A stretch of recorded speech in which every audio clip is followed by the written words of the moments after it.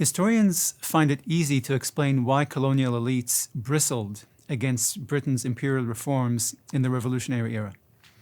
This is because historians can point to the ways imperial reforms threatened elite families' economic interests, commercial enterprises, and their political dominance in the colonies. British policies undercut the power of colonial assemblies, so the families sitting in these assemblies resented it and rebelled against it. So it's common to hear that the American Revolution was launched in pursuit of the material and political interests of the rich and powerful in the colonies. But if the revolution served the interests and ambitions of the elite families who led the revolution, what explains the broad support they enjoyed from below, from hundreds of thousands of lower and middle-class colonists? Historians and students struggle to explain what moved common people to make common cause with colonial elites. Why did ordinary Americans, people who did not sit in the assemblies, and in most cases didn't have the right to even vote for representatives, why did they care and feel threatened by policies that Parliament initiated in the realm of high politics? One obvious answer has been that common folks are impressionable dummies who are regularly duped by elites. Historians deploy this explanation repeatedly to make sense of the baffling habit of lower-class people to side with their wealthier countrymen in various national projects. Thus, the concept of a rich man's war but a poor man's fight has been applied to the U.S. Civil War, World War I, the Vietnam War, the Cold War, and also to many non-military endeavors. Some historians see the American Revolution as yet another instance in which the rich manipulated the poor to misunderstand their own interests and to support the agenda of their social superiors. Yet, lower-class Anglo-Americans offered a fairly coherent, sensible, and believable explanation for their revolutionary actions. Most colonists came to support the resistance movement not because of philosophical abstractions on equality or law or government, but because they, their relatives, their colleagues, or their neighbors had crossed paths with British customs agents or soldiers or officers of the court. And this was a novel experience for most Americans because before the 1760s, Britain had only a handful of imperial officials in America. So these few imperial enforcers were mostly powerless. And because of this, they were quite lax, or even fearful, in enforcing parliamentary legislation, including imperial taxes. The imperial government thus exerted an extremely light touch on colonists' daily local lives. You know, it's hard for us to imagine a society with no police, no FBI, no ATF, no federal or state marshals, no regulatory enforcement agencies. But that's how English people lived their lives. They were not policed. And they saw this as the manifestation of a free society, a society in which the government did not have enforcers was a society in which local communities governed themselves, not only by enacting the laws that governed them, but also enforcing them. But in the 1760s and 70s, Britain overhauled imperial administration by increasing the number of imperial officeholders in America and thickening their presence in American towns and offering them more coercive enforcement capabilities, armed customs ships at sea, armed soldiers on land, and military judges in court. Britain also insulated imperial officials from the oversight of colonial authorities by granting them independent salaries and legal protections and by strengthening London's oversight or influence over them. These reforms allowed the imperial government to launch an aggressive law enforcement campaign which focused the attention of common people on the constitutional issues that sparked the war: self-government, consent, representation, jurisdiction, arbitrary power, and the rule of law. What drew their ire in particular was the British attack on local courts of law and on jury trials. This affected rich and poor alike, sailors, dock workers, innkeepers, and shopkeepers, as well as merchants and ship owners. And it made the constitutional principles over which the assemblies and parliament argued relatable and personal to a wide cross-section of colonial society. The attack on jury trials illustrated to Americans that constitutional principles relating to law, consent, provincial liberties, and the imperial constitution were not a matter of high politics. They had a real, direct, and life-threatening impact on them. When Parliament had created admiralty courts to try piracy cases in 1700, it was controversial because the Crown claimed jurisdiction at sea, curtailed the power of local courts, appended common law precedents, and purposefully denied English subjects accused of piracy the hallowed right to face a jury of their peers. In fact, Parliament created these military tribunals because local juries routinely acquitted accused pirates in civilian courts. In the face of similar acquittals of smugglers and other illegal traders during the French and Indian War, the Sugar Act in 1763 expanded the jurisdiction of admiralty courts to also cover customs offenses at port, smuggling, contraband trade, and trafficking with pirates, smugglers, and illegal traders. This meant that a colonist accused of murder or rape would be tried by a jury of his peers, whereas a man accused of a customs violation could find himself on trial for his life in front of a military tribunal. In 1765, the Stamp Act gave admiralty courts jurisdiction over violations of the Stamp Act as well. So American settlers saw their local courts, magistrates, and juries supplanted by imperial military tribunals, not just in matters relating to commerce or piracy on the high seas, not just relating to commerce at port, but also in violations that took place hundreds of miles from the coast and had nothing to do with maritime trade at all. The ability of local courts and local juries in America to administer justice was a huge issue in the provincial protests of the 1760s and 70s. Modern historical accounts of these protests focused mostly on economic regulations, the economic burden of taxes, trade restrictions, stamp fees, etc.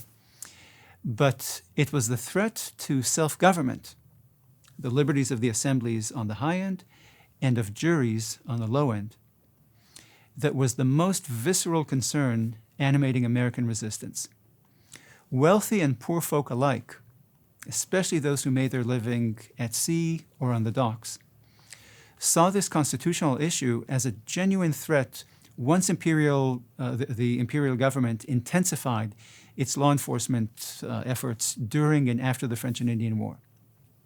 You need to remember that each case recorded dryly in the logs of the various admiralty courts in North America represents a real family of sailors and merchants, dock workers and shopkeepers, for whom conviction spelled economic ruin, to say nothing of the penalty the defendant himself faced. The scope and vehemence of public protests over this issue are a testament to the level of distress that the denial of jury protection engendered in American communities. Thus, when the Stamp Act Congress petitioned the king in 1765 to repeal both the Sugar Act and the Stamp Act as unconstitutional, it issued a list of pressing grievances over the loss of American liberties. Chief among these was the right to a trial by jury. After the outbreak of the War of Independence, the Continental Congress likewise drafted a list of grievances. The Declaration of Independence included multiple charges against George III for circumventing local courts of law, depriving colonists of the benefits of trial by jury, and otherwise undercutting the judiciary in the colonies. Given the level of public distress over this, state constitutions guaranteed citizens the right to a jury trial. And after the Revolution, too, this issue remained at the forefront of Americans' minds as they debated the federal constitution as well. Of the 10 items that comprise the American Bill of Rights, 5 protect Americans in their dealings with federal courts of law, and 3 of them explicitly protect Americans' right to a jury trial. Ever since the Middle Ages, Englishmen saw the right to be tried by a jury of their peers as their birthright. They took pride in it as a hallmark of liberty, and they saw the absence of jury trials in France as emblematic of French tyranny and arbitrary power. This devotion to jury trials was part and parcel of the English and American attachment to representative legislatures. These two were the primary forms of English self-government.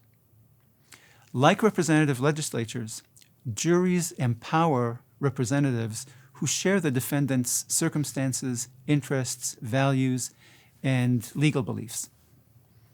And like representative legislatures, juries reflect the core English conviction that people with power will abuse it. This is why both legislatures and juries prevent the concentration of power in the hands of one person. Throughout history and throughout the world today, most plaintiffs and defendants are subject to the arbitrary power of a single person, a state-appointed judge, who does not share their background, circumstances, and understanding of the law. By contrast, the English and American jury system allows local communities to administer justice themselves. It allows people to have their fate decided by members of their own community. Now, when we in our textbooks and classes talk about self-government in early America, we focus not on juries, but on legislatures, on voting and political representation in the assemblies or parliament or Congress. And this reflects how we understand self-government in our own society. When we talk about our democracy, we likewise focus on voting for representatives, for city council or state legislature or the national legislature. The fraction of a voice that citizens have in deciding who will represent them gives them a fraction of indirect influence on various government policies, from taxation and energy policy to education, welfare, immigration, and foreign policy. But most of us understand that these government policies are not nearly as impactful on us in our private lives as a prosecutor who hauls you to jail, indicts you for a crime, and threatens to take from you your life savings, your good name, your professional reputation, your ability to make a living, your freedom, your children, or your life. So for most colonists, and for most Americans today, the issues of liberty outlined in the Magna Carta and the Bill of Rights became palpable not on voting days, but when they or their acquaintances found themselves in the court system. In comparison to voting for political representatives, jury trials offered practical liberty and direct self-governance, of which the consequences were and are immediately visible and comprehensible in the community's daily life. Moreover, while most people in Britain and the colonies were not eligible to vote, all were eligible to face prosecution. So there's really no reason to be baffled by the fact that poorer and non-voting colonists saw the Assembly's cause as their own. After all, those from the lower rungs of society find themselves in the court system more often than others, either as victims of crime or as criminal defendants. And they're more vulnerable to law enforcement agents, prosecutors, and judges. This explains Americans' continued attachment to juries today. The jury trial is still the most basic and direct and most impactful form of self-government. So when we study self-government in early modern England and America, we should focus first and foremost on the courtroom. This approach reveals that when poorer Americans joined the anti-British resistance movement in the 1760s and 70s, they voiced their own fears and anger rather than parroting rich people's propaganda. The lawless elimination of jury trials for whole classes of criminal cases, such as smuggling and illegal trade, triggered sincere, practical, and reasonable concerns for many colonists. There's no reason to assume that the poor were duped by their leaders. In fact, there's good evidence that they understood their own circumstances better than we can 250 years removed.